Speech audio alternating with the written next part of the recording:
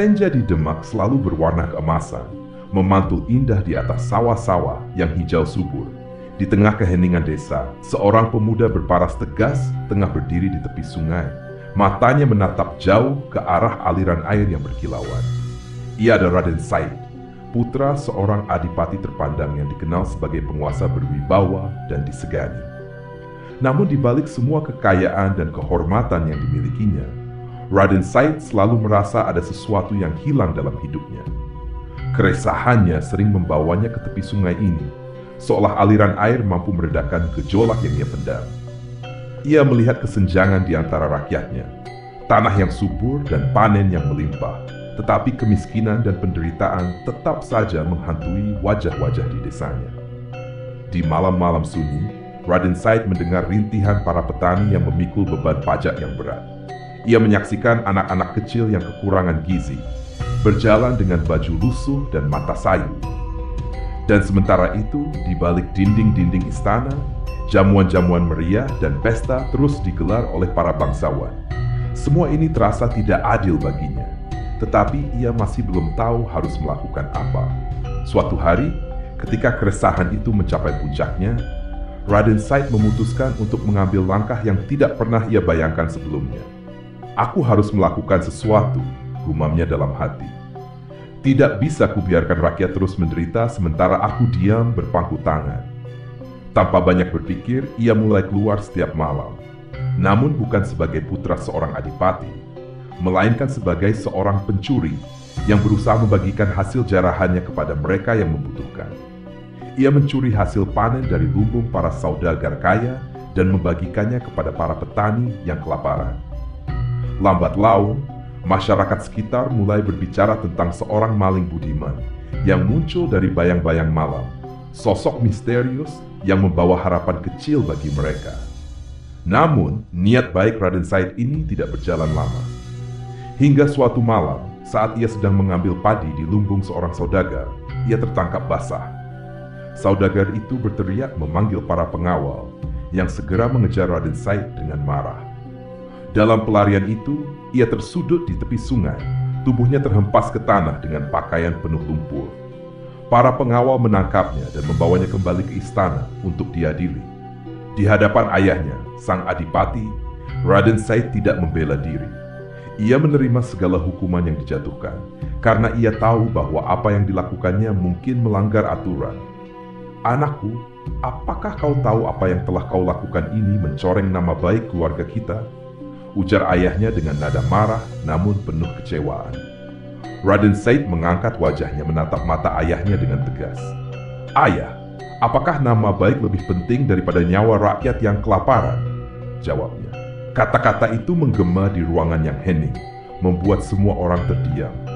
Ayahnya tertegun, tak mampu menjawab. Sesuatu dalam dirinya tersentuh oleh keberanian putranya. Ia tidak memberikan hukuman berat, namun dengan hati berat mengusir Raden Said dari istana. Disinilah perjalanan baru Raden Said dimulai. Dengan langkah gontai, ia meninggalkan segala kenyamanan hidup istana dan pergi mencari sesuatu yang lebih bermakna. Dengan hati kosong namun tekad yang membara, ia bertekad menemukan jalan yang benar untuk membela rakyat, tanpa harus menentang aturan yang berlaku. Di tepi sungai itu sebelum meninggalkan tanah kelahirannya, Raden Said berlutut dan berdoa, berharap agar ia dipertemukan dengan kebenaran yang selama ini ia cari. Matahari mulai terbenam di balik bukit, seolah ikut mengantarnya ke jalan panjang yang belum ia pahami. Udara malam di tepi hutan begitu sunyi, hanya terdengar suara dedaunan yang berbisik tertiup angin. Raden Said yang kini seorang pengembara tanpa tujuan, duduk bersandar pada sebatang pohon besar dengan tubuh lelah setelah perjalanan panjang. Sejak meninggalkan istana, ia hidup tanpa arah, berpindah dari desa ke desa, mencari petunjuk atas kegelisahan di hatinya. Ia merasa ada sesuatu yang salah dalam hidupnya, tetapi ia tidak tahu bagaimana cara memperbaikinya. Kekecewaan dan amarahnya terhadap ketidakadilan di desanya masih membara. Namun kali ini ia sadar bahwa mencuri dari orang kaya bukanlah cara yang benar. Dalam kebingungannya, Raden Said memutuskan untuk terus berjalan, berharap menemukan seseorang atau sesuatu yang dapat menunjukkan jalan kebenaran. Suatu malam, ketika ia melintasi sebuah desa kecil di pesisir utara Jawa, ia mendengar suara yang asing namun indah. Bunyi itu berasal dari alat musik petik yang ia belum pernah dengar sebelumnya, berpadu dengan suara lantunan doa yang lembut namun menggetarkan jiwa. Tanpa sadar, langkah kakinya membawanya mendekati sumber suara itu.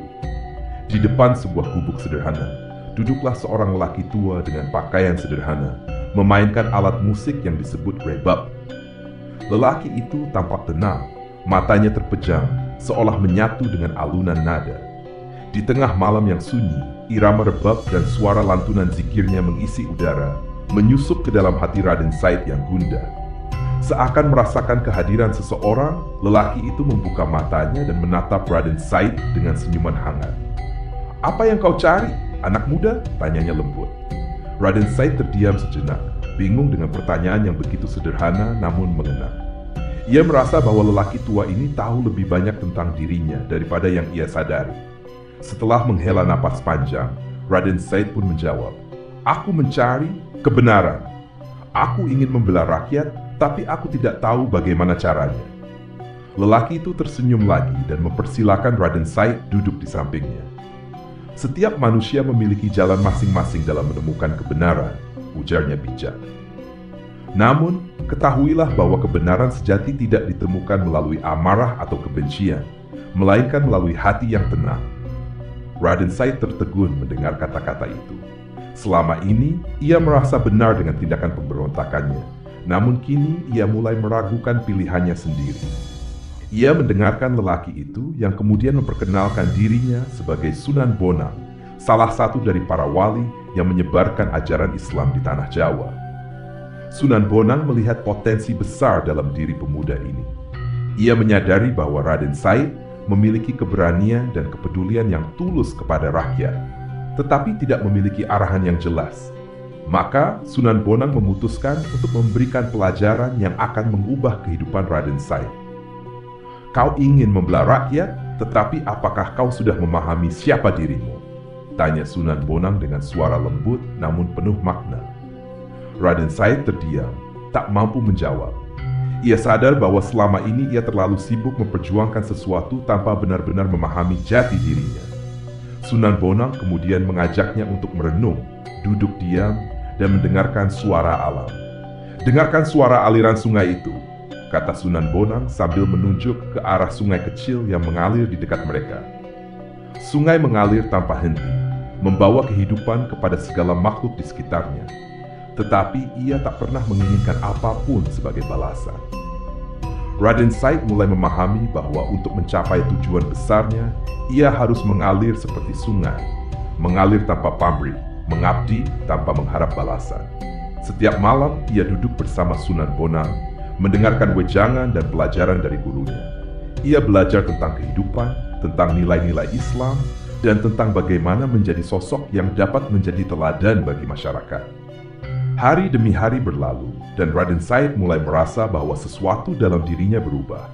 Ia tidak lagi dihantui oleh amarah dan dendam, tetapi oleh tekad untuk menjadi lebih baik dan membawa kebaikan bagi orang lain. Ia belajar untuk sabar, untuk tidak terburu-buru dalam bertindak, dan untuk selalu menjaga keseimbangan antara hati dan pikiran.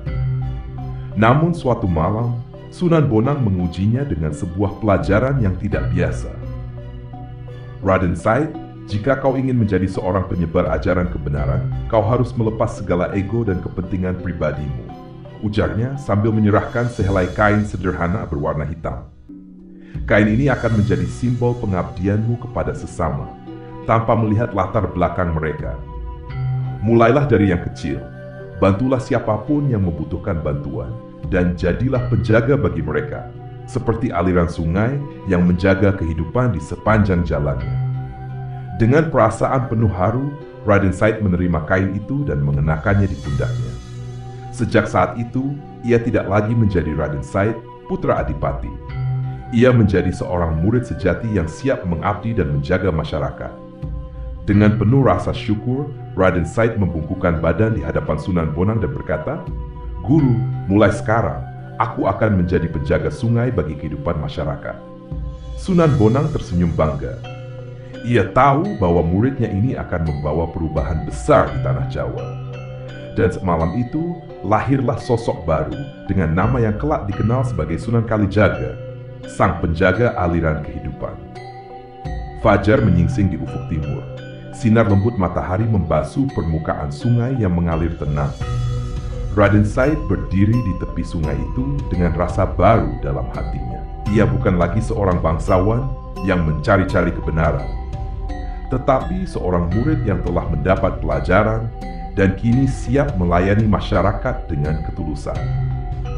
Dengan pakaian sederhana dan kain hitam yang diselempangkan di pundaknya, Raden Said merasa lebih ringan, seolah telah melepaskan beban amarah dan ego yang dulu menghantuinya. Di bawah bimbingan Sunan Bonang, ia telah mengubah pandangannya tentang hidup dan kemuliaan. Nama Sunan Kalijaga yang diberikan gurunya terasa seperti anugerah dan juga amanat. Ia bertekad menjadi penjaga yang sabar dan penuh kasih, seperti air sungai yang mengalir tanpa henti. Menemui masyarakat desa. Langkah pertama Sunan Kalijaga adalah kembali ke desa-desa yang dulu pernah ia bantu secara diam-diam.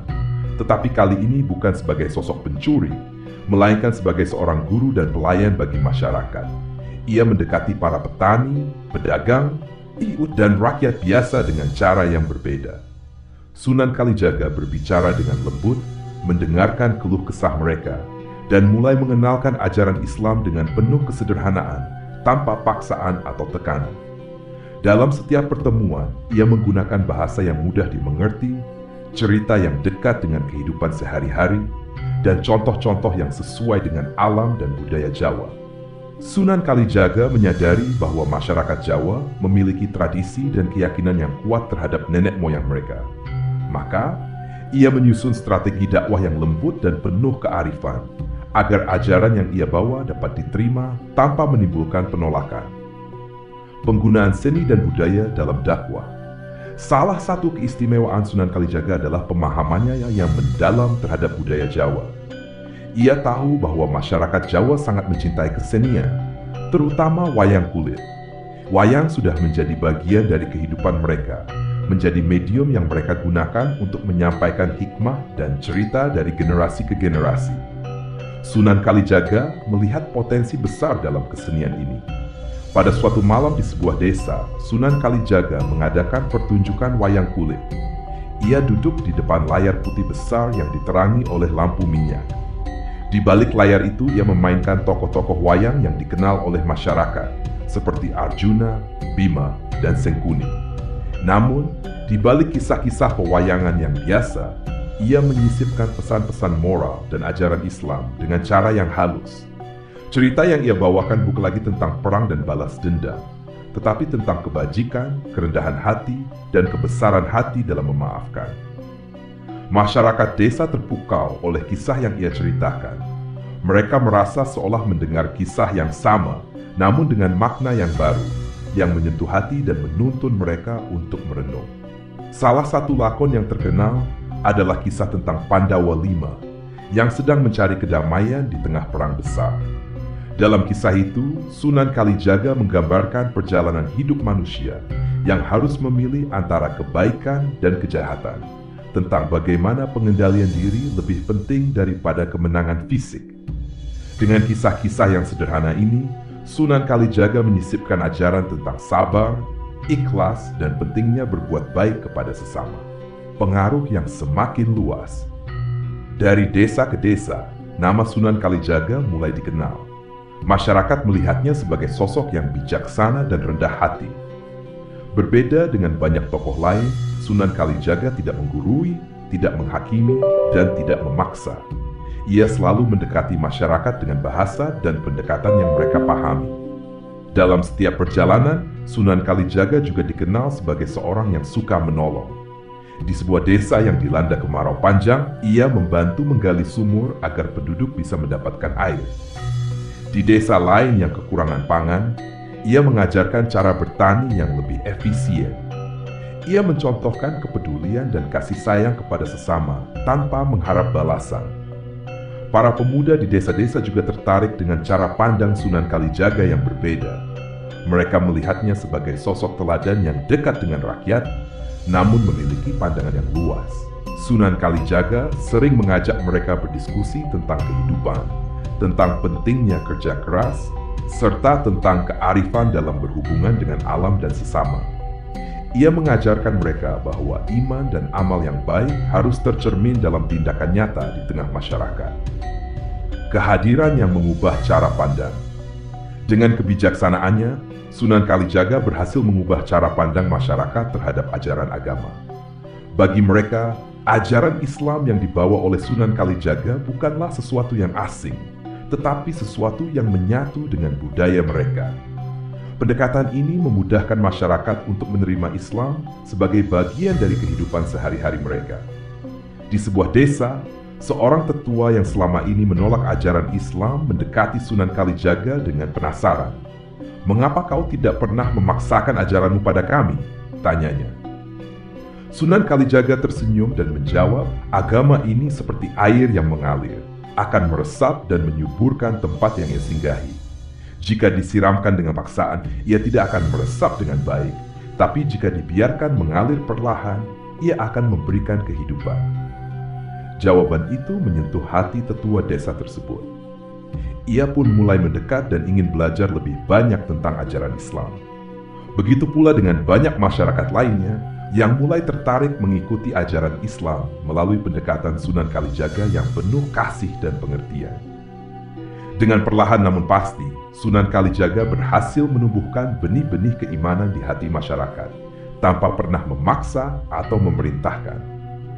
Bagi mereka, Sunan Kalijaga adalah sungai yang mengalir membawa kesegaran, penjaga yang setia mengawasi dan menuntun mereka menuju jalan kebenaran.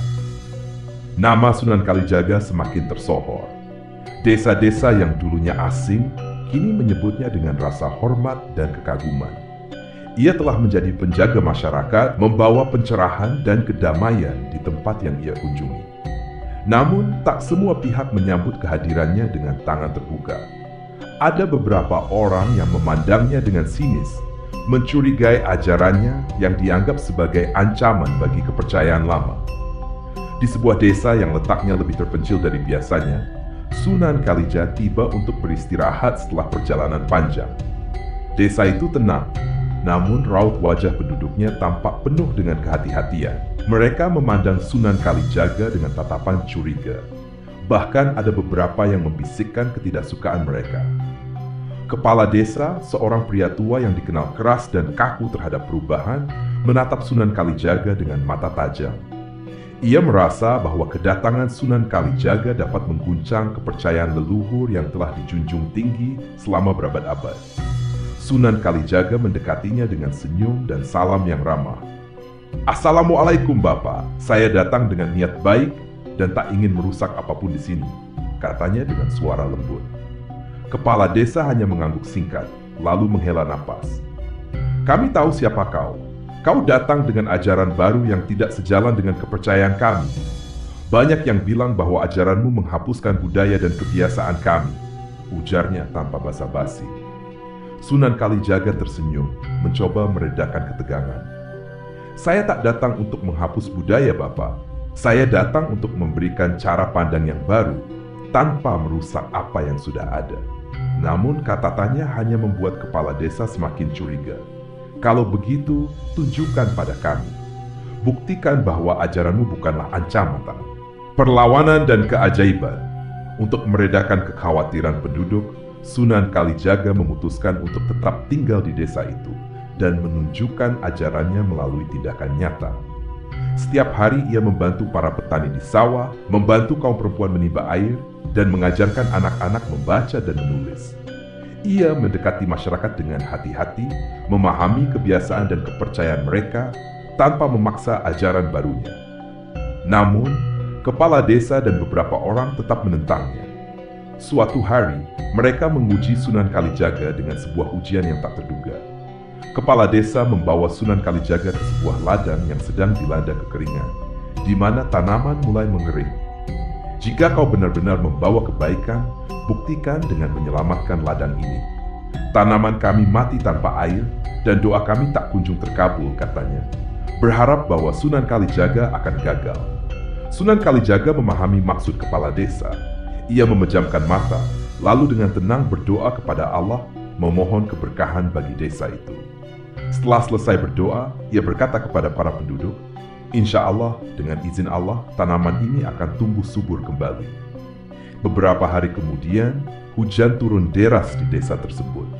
Ladang yang sebelumnya mengering kini mulai hijau kembali, dan tanaman yang hampir mati tumbuh dengan subur.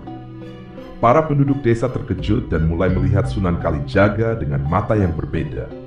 Mereka mulai merasa bahwa ajaran yang dibawanya bukanlah ancaman, melainkan berkah yang membawa perubahan baik. Namun, meski sebagian besar penduduk kini menerima kehadiran Sunan Kalijaga, kepala desa masih saja menaruh curiga. Baginya, kehadiran Sunan Kalijaga tetap menjadi ancaman yang bisa menghapuskan tradisi yang selama ini ia jaga. Kebijakan dan kearifan Sunan Kalijaga. Melihat sikap kepala desa yang tetap keras kepala, Sunan Kalijaga menyadari bahwa ada cara lain untuk menunjukkan bahwa Islam tidak berlawanan dengan budaya lokal, melainkan bisa bersatu dalam harmoni. Ia mulai mengajak para penduduk desa untuk berkumpul setiap malam dan bercerita tentang kisah-kisah yang penuh dengan pelajaran, menggunakan cara-cara yang dapat diterima oleh budaya Jawa. Dalam salah satu pertemuan itu, Sunan Kalijaga menceritakan sebuah kisah tentang pohon tua yang akarnya sangat dalam dan kuat, sehingga meskipun diterpa badai, pohon itu tetap berdiri tegak. Seperti itulah ajaran nenek moyang kita, katanya. Namun, jika pohon itu tidak mau menerima cahaya atau air, ia akan layu dan mati. Cahaya adalah ilmu dan kearifan, dan air adalah kasih sayang. Dengan kisah ini, Sunan Kalijaga mengajak masyarakat untuk memahami bahwa ajaran Islam bukan untuk menghancurkan apa yang sudah ada, melainkan untuk menguatkan akar-akar kebaikan yang sudah tertanam. Perlahan-lahan, hati masyarakat mulai terbuka, dan mereka melihat bahwa Sunan Kalijaga membawa ajaran yang menghargai kepercayaan lama mereka. Kepala desa yang tersentuh. Akhirnya, kepala desa yang tadinya paling menentang Sunan Kalijaga mulai melihat perubahannya. Ia melihat bahwa desa itu menjadi lebih damai, lebih makmur, dan bahwa penduduk desa semakin bersemangat bekerja dan menolong sesama. Anak-anak di desa juga tampak lebih ceria, menghabiskan waktu mereka belajar dan bermain bersama Sunan Kalijaga. Kepala desa pun mulai berpikir ulang. Ia teringat ketika Sunan Kalijaga pertama kali datang, penuh dengan senyum dan kerendahan hati, berbeda dari tokoh-tokoh lain yang pernah ia temui. Ia merasa malu dengan prasangka buruk yang selama ini ia pelihara. Suatu malam, ia mendatangi Sunan Kalijaga dan berbicara dengan suara pelan. "Maafkan aku, Sunan," katanya penuh penyesalan. "Aku telah salah menilaimu. Kau datang bukan untuk merusak, melainkan untuk menuntun kami." Sunan Kalijaga tersenyum, memaafkan kepala desa dengan tulus. "Tak ada yang perlu dimaafkan, Bapak. Setiap manusia memang perlu waktu untuk memahami kebenaran." Sejak malam itu, kepala desa menjadi salah satu pendukung Sunan Kalijaga. Ia bahkan mengajak penduduk desa untuk mengikuti ajaran yang dibawa Sunan Kalijaga. Dengan sikapnya yang bijak, Sunan Kalijaga berhasil mengubah desa yang awalnya menentang menjadi desa yang penuh dengan kedamaian dan kebersamaan. Setelah peristiwa di desa terpencil itu, nama Sunan Kalijaga semakin dikenal. Masyarakat memandangnya sebagai sosok yang tidak hanya menyebarkan ajaran agama, tetapi juga membawa kesejahteraan dan kedamaian. Sunan Kalijaga menyadari bahwa tugasnya masih panjang. Ia tidak hanya ingin masyarakat menerima ajaran Islam, ia ingin mereka memahaminya dengan benar, membangun keimanan yang kokoh, dan meneruskannya kepada generasi berikutnya. Di dalam hatinya, Sunan Kalijaga tahu bahwa perubahan sejati hanya bisa terjadi jika masyarakat memiliki pemahaman mendalam akan nilai-nilai agama, dan ini bukan hal yang bisa dicapai dalam waktu singkat. Maka, ia memutuskan untuk menetap lebih lama di suatu desa yang terletak di tepian sungai besar. Desa itu, yang terletak strategis di antara desa-desa lain, menjadi tempat yang cocok untuk memulai pengajaran lebih mendalam. Pendirian langgar dan pengajaran anak-anak. Sunan Kalijaga memutuskan untuk membangun sebuah langgar, tempat ibadah kecil yang sederhana. Langgar ini bukan hanya sekadar tempat untuk sholat, tetapi juga menjadi pusat kegiatan masyarakat. Di sana, Sunan Kalijaga mulai mengajarkan ilmu agama kepada anak-anak dan pemuda desa. Ia mengajarkan mereka tentang pentingnya sholat, membaca Al-Quran, dan memahami makna di balik setiap ibadah. Namun, pengajaran Sunan Kalijaga tidak kaku. Ia menyampaikan ajaran Islam dengan cara yang ramah dan dekat dengan kehidupan sehari-hari. Bagi anak-anak, ia menggunakan cerita-cerita mengisahkan tentang para nabi dan pahlawan Islam, serta memadukannya dengan cerita-cerita lokal yang mereka kenal. Ia membuat anak-anak merasa bahwa mereka adalah bagian dari cerita besar yang penuh makna. Setiap malam, langgar itu dipenuhi dengan suara anak-anak yang membaca Al-Quran, diiringi bimbingan lembut dari Sunan Kalijaga. Para pemuda pun mulai ikut dalam pelajaran, tertarik dengan cara Sunan Kalijaga yang bijak dan penuh pengertian. Mereka tidak hanya diajarkan agama, tetapi juga tentang nilai-nilai moral dan etika yang mengajarkan mereka untuk menjadi pemimpin yang adil dan bertanggung jawab di masa depan. Pengajaran kearifan lokal. Sunan Kalijaga juga mengajarkan pentingnya menjaga hubungan dengan alam. Ia menekankan bahwa sungai, hutan, dan tanah adalah anugerah dari Allah yang harus dijaga dan dimanfaatkan dengan bijaksana. Dalam setiap kesempatan, ia mengajak masyarakat untuk menjaga kebersihan sungai, menanam pohon, dan memperhatikan lingkungan sekitar. Ada keseimbangan yang harus kita jaga di dunia ini, ujarnya suatu hari kepada para petani. Jika kita merusak alam, kita merusak diri kita sendiri.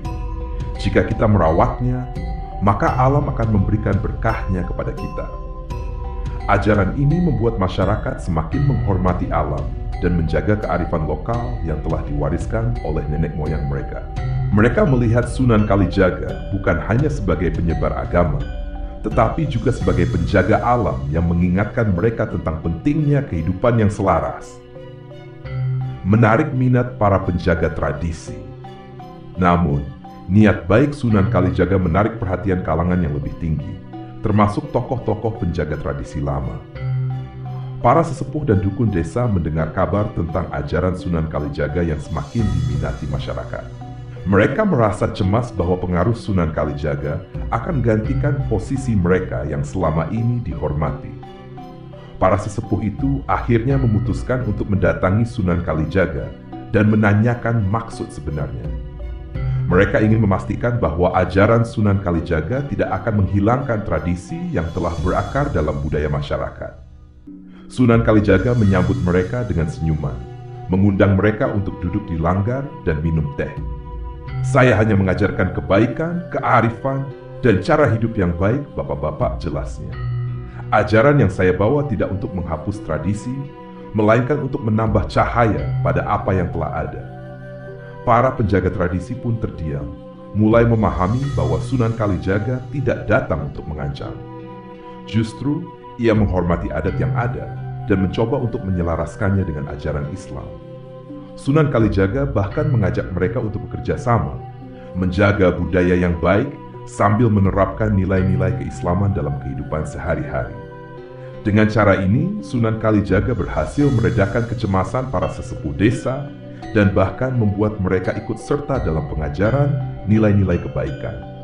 Mereka melihat bahwa ajaran Sunan Kalijaga adalah jembatan yang menghubungkan agama dengan budaya, bukan tembok yang memisahkan. Perubahan yang perlahan tapi pasti. Perlahan namun pasti, desa itu menjadi pusat pembelajaran dan kebaikan. Langgar yang sederhana itu menjadi tempat berkumpul masyarakat, baik untuk beribadah maupun untuk bermusyawarah dalam menyelesaikan masalah bersama. Sunan Kalijaga membimbing masyarakat untuk memecahkan masalah mereka secara musyawarah dan damai. Masyarakat mulai menerapkan nilai-nilai yang ia ajarkan dalam kehidupan sehari-hari. Mereka saling tolong-menolong, menjaga kebersihan desa, dan bekerja sama untuk meningkatkan kesejahteraan bersama. Tidak ada lagi perselisihan besar atau pertikaian, karena mereka belajar untuk menyelesaikan masalah dengan cara yang bijaksana dan damai. Bahkan anak-anak yang tumbuh di bawah bimbingan Sunan Kalijaga memiliki pandangan hidup yang lebih luas. Mereka melihat dunia dengan rasa tanggung jawab, menyadari bahwa mereka adalah penerus yang akan menjaga keimanan dan kearifan lokal. murid-murid pertama dan harapan masa depan. Di antara para pemuda yang mengikuti ajaran Sunan Kalijaga, ada beberapa yang menonjol karena kecerdasan dan kesungguhan hati mereka. Sunan Kalijaga melihat bahwa mereka memiliki potensi besar untuk menjadi pemimpin dan penerus ajarannya di masa depan. Ia pun mulai memberikan perhatian khusus kepada mereka, mengajarkan nilai-nilai yang lebih mendalam, dan membimbing mereka untuk menjadi penyebar kebaikan di desa-desa lain. Salah satu pemuda itu bernama Ahmad, seorang anak petani yang memiliki semangat belajar tinggi. Ahmad dikenal sebagai pemuda yang jujur dan pekerja keras. Sunan Kalijaga melihat kejujuran dan kecerdasannya sebagai bekal penting untuk menjadi seorang pemimpin. Ia mulai memberikan bimbingan khusus kepada Ahmad, mengajarkan ilmu-ilmu agama yang lebih mendalam, serta membekalinya dengan kearifan untuk berdakwah di masa depan. Ahmad menjadi murid pertama Sunan Kalijaga yang kelak akan melanjutkan perjuangannya, menyebarkan ajaran Islam dengan penuh kebijaksanaan dan cinta kepada masyarakat. Setelah pondasi keimanan di desa Tepungai berhasil terbentuk, Sunan Kalijaga merasa bahwa waktunya sudah tiba untuk menyebarkan ajaran ini ke desa-desa lain. Dengan dukungan masyarakat yang kini telah memahami dan mengamalkan ajaran Islam dengan kearifan lokal, Sunan Kalijaga merencanakan perjalanan dakwah lebih luas. Para murid yang telah menerima ajarannya dengan baik, terutama Ahmad, siap untuk membantu menyebarkan dakwah ini. Sunan Kalijaga memberi mereka wejangan, mengingatkan bahwa dalam setiap perjalanan mereka harus mengutamakan kelembutan, menghormati tradisi yang ada, dan membawa semangat persatuan. Misi kita bukanlah untuk mengubah segalanya, tetapi untuk menyinari yang telah ada dengan cahaya kebenaran dan kebaikan. Ingatlah, setiap manusia memiliki hati yang harus kita sentuh dengan penuh kelembutan, pesan Sunan Kalijaga. Para murid mendengarkan dengan saksama. Ahmad dengan semangat yang membara, berjanji kepada gurunya bahwa ia akan menjaga setiap ajaran yang telah diberikan.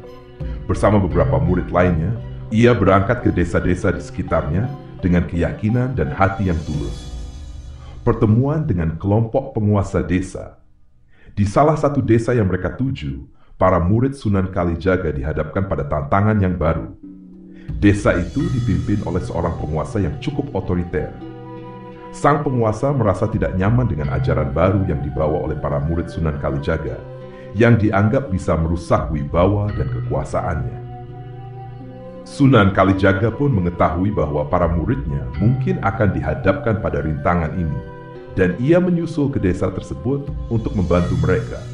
Ketika sampai, ia melihat bahwa masyarakat desa sedang ragu antara mendukung ajaran yang penuh kedamaian dari para muridnya atau tetap tunduk pada kekuasaan yang telah lama ada. Sunan Kalijaga dengan sikap tenang menghadap penguasa desa dan berbicara dengan sopan. Saya datang tidak untuk menentang Anda, tetapi untuk menawarkan jalan yang membawa kebaikan bagi kita semua. Penguasa desa menatap Sunan Kalijaga dengan rasa penasaran. Apa yang Anda bawa mungkin tampak seperti kedamaian, tetapi saya khawatir ajaran ini akan melemahkan kedisiplinan masyarakat, jawabnya dengan nada tajam. Sunan Kalijaga tersenyum, menanggapi dengan tenang. Kedisiplinan dan ketertiban tidak perlu datang dari ketakutan. Dengan cinta dan pemahaman, masyarakat bisa menjadi lebih kuat dan bersatu. Jika Anda berkenan, izinkan saya menunjukkan kepada Anda bahwa ajaran ini justru akan memperkokoh desa ini. Penguasa desa tetap skeptis, tetapi Sunan Kalijaga dan para muridnya diberi kesempatan untuk membuktikan manfaat dari ajaran mereka. Pembuktian melalui kebaikan. Selama beberapa minggu, Sunan Kalijaga dan para muridnya bekerja bersama penduduk desa.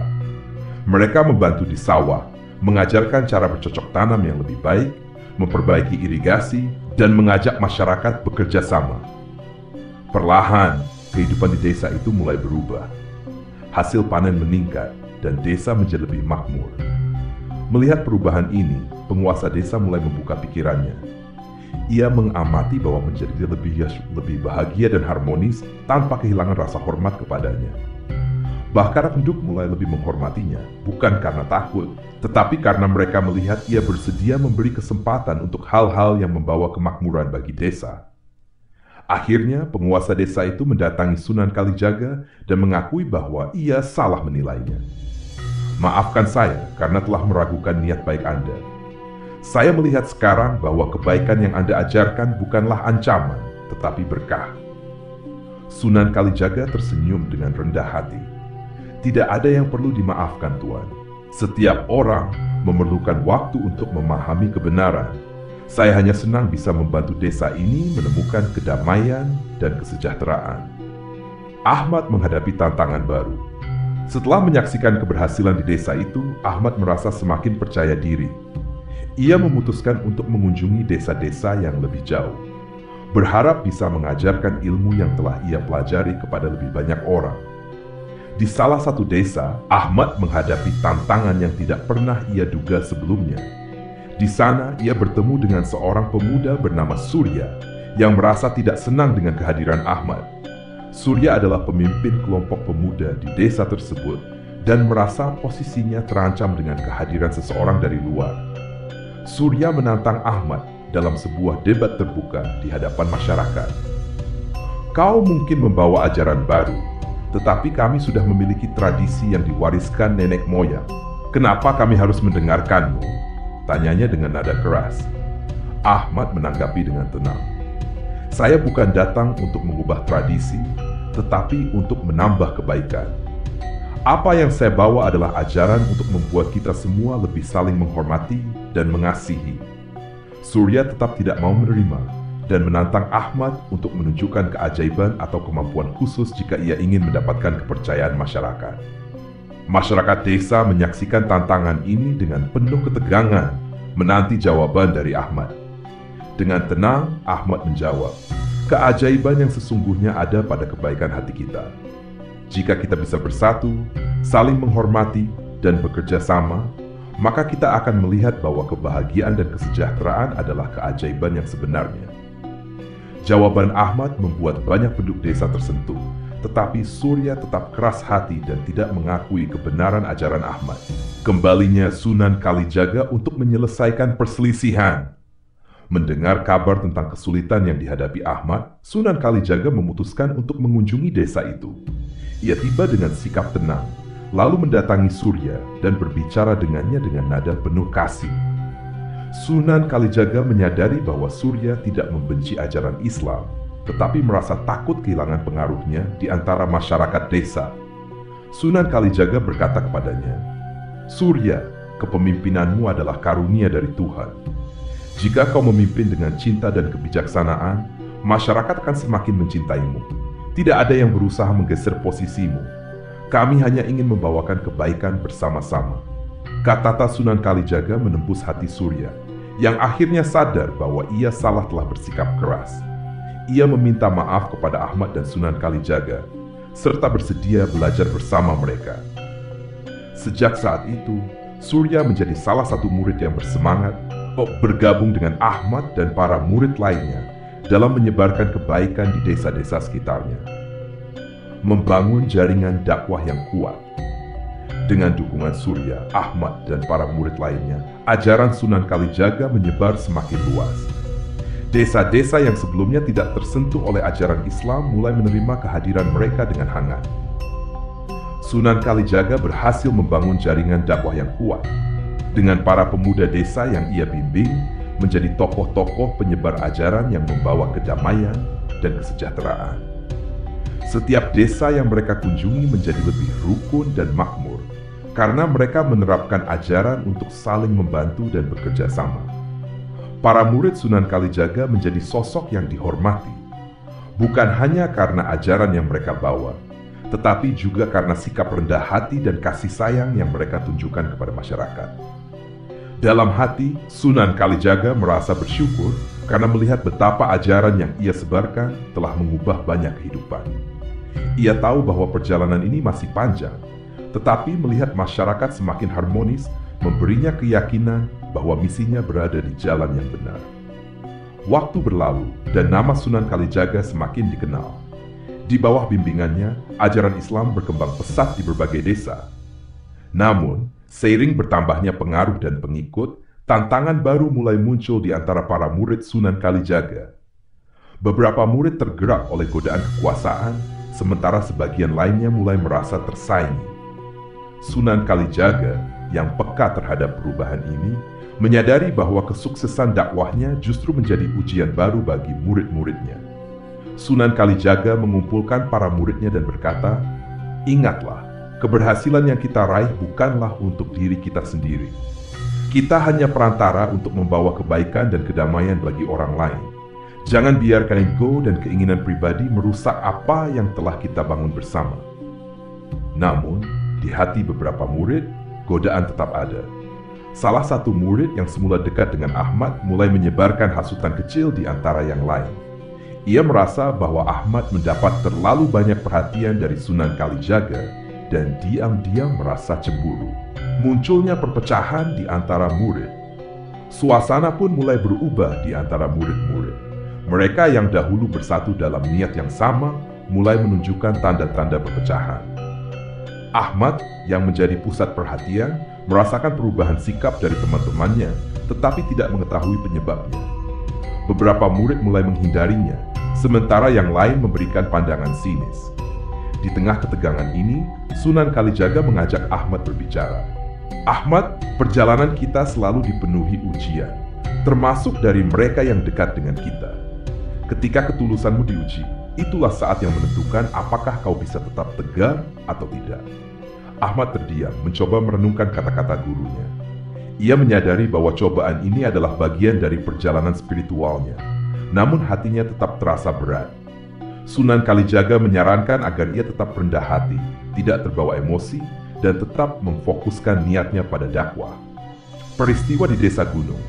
Suatu hari, Sunan Kalijaga bersama Ahmad dan beberapa murid lainnya diundang ke sebuah desa di pegunungan. Desa tersebut memiliki masyarakat yang sangat setia pada adat tradisional, dan mereka agak ragu menerima ajaran baru.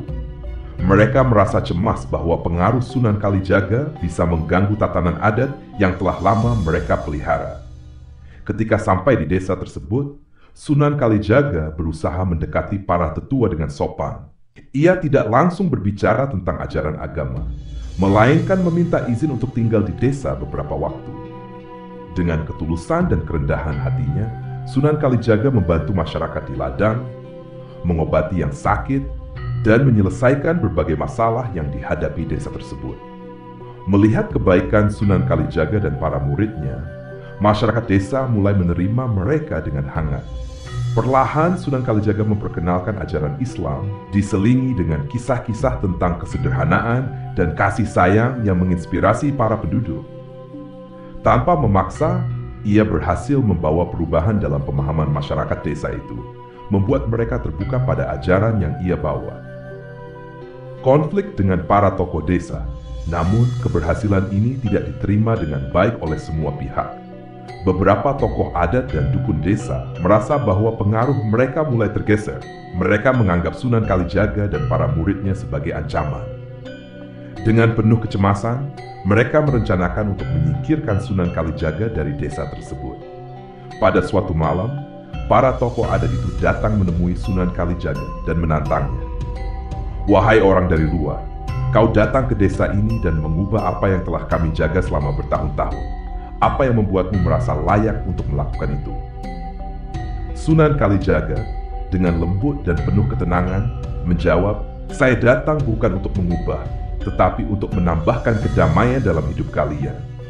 Apa yang telah kalian jaga, saya hormati, dan apa yang saya bawa hanyalah cahaya untuk memperkaya nilai kebaikan."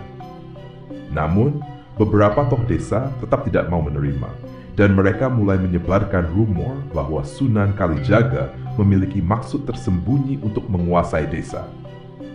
Berita ini membuat sebagian masyarakat kembali ragu, hingga beberapa orang mulai meninggalkan Sunan Kalijaga dan para muridnya. Pembuktian kesetiaan para murid. Melihat situasi yang semakin sulit, Sunan Kalijaga memanggil murid-muridnya dan bertanya, "Apakah kalian tetap berpegang teguh pada niat kita, atau keraguan telah merasuki hati kalian?" Para murid yang setia, termasuk Ahmad, menjawab dengan tegas bahwa mereka akan tetap mendampingi gurunya apapun yang terjadi. Namun, ada beberapa murid yang merasa takut dan mulai meragukan jalan yang mereka tempuh. Mereka memutuskan untuk kembali ke desa asal mereka dan meninggalkan misi ini. Ahmad merasa sedih melihat kepergian teman-temannya. Ia merasakan beban yang semakin berat di pundaknya. Namun Sunan Kalijaga menenangkannya. Ahmad, mereka yang tetap bersamamu adalah mereka yang benar-benar memiliki ketulusan dalam hati. Jangan merasa berat hati, karena yang pergi adalah mereka yang tidak memiliki keyakinan penuh. Menyatukan masyarakat dengan kedamaian. Untuk mengatasi keretakan yang semakin tajam di antara masyarakat desa, Sunan Kalijaga merencanakan suatu pertemuan terbuka, mengundang seluruh penduduk dan tokoh adat desa untuk berkumpul di lapangan utama. Dalam pertemuan itu, ia memaparkan pandangan hidupnya tentang keseimbangan antara tradisi dan agama, bahwa tidak perlu ada pertentangan antara keduanya. Setiap tradisi yang membawa kebaikan, hendaknya dipertahankan. Dan setiap kebaikan yang membawa cahaya, hendaknya diterima. Kita semua dapat bersatu dalam keberagaman yang indah, ujar Sunan Kalijaga. Kata-katanya menembus hati para penduduk. Mereka mulai menyadari bahwa ajaran yang dibawa oleh Sunan Kalijaga tidak mengancam, melainkan memperkaya kehidupan mereka. Para tetua yang semula menentang pun mulai melunak, melihat bahwa ajaran ini tidak merusak tatanan, melainkan menyempurnakannya. Dengan pendekatan yang lembut dan kasih sayang yang tulus, Sunan Kalijaga berhasil menyatukan masyarakat desa itu. Para tetua desa meminta maaf atas kecurigaan mereka, dan bersama-sama mereka merayakan perdamaian dan persatuan yang berhasil tercapai. Meneguhkan tekad dan melanjutkan perjalanan. Setelah misi di desa pegunungan itu selesai, Sunan Kalijaga dan murid-muridnya kembali ke desa asal. Pengalaman itu memberikan pelajaran berharga bagi para murid, terutama Ahmad, yang kini semakin memahami bahwa perjalanan dakwah tidak selalu mulus dan dipenuhi sambutan hangat. Sunan Kalijaga mengumpulkan murid-murid yang masih bersamanya dan berkata, "Perjalanan kita masih panjang dan ujian akan datang lagi. Tetapi ingatlah bahwa di balik setiap ujian ada hikmah yang memperkuat iman kita. Jangan pernah tinggalkan ketulusan dan kesabaran, karena itulah yang akan membuat dakwah kita diterima di hati setiap orang." Ahmad dan murid-murid lainnya merasa tekad mereka semakin kuat. Mereka bersyukur atas bimbingan Sunan Kalijaga yang penuh kesabaran dan kasih sayang.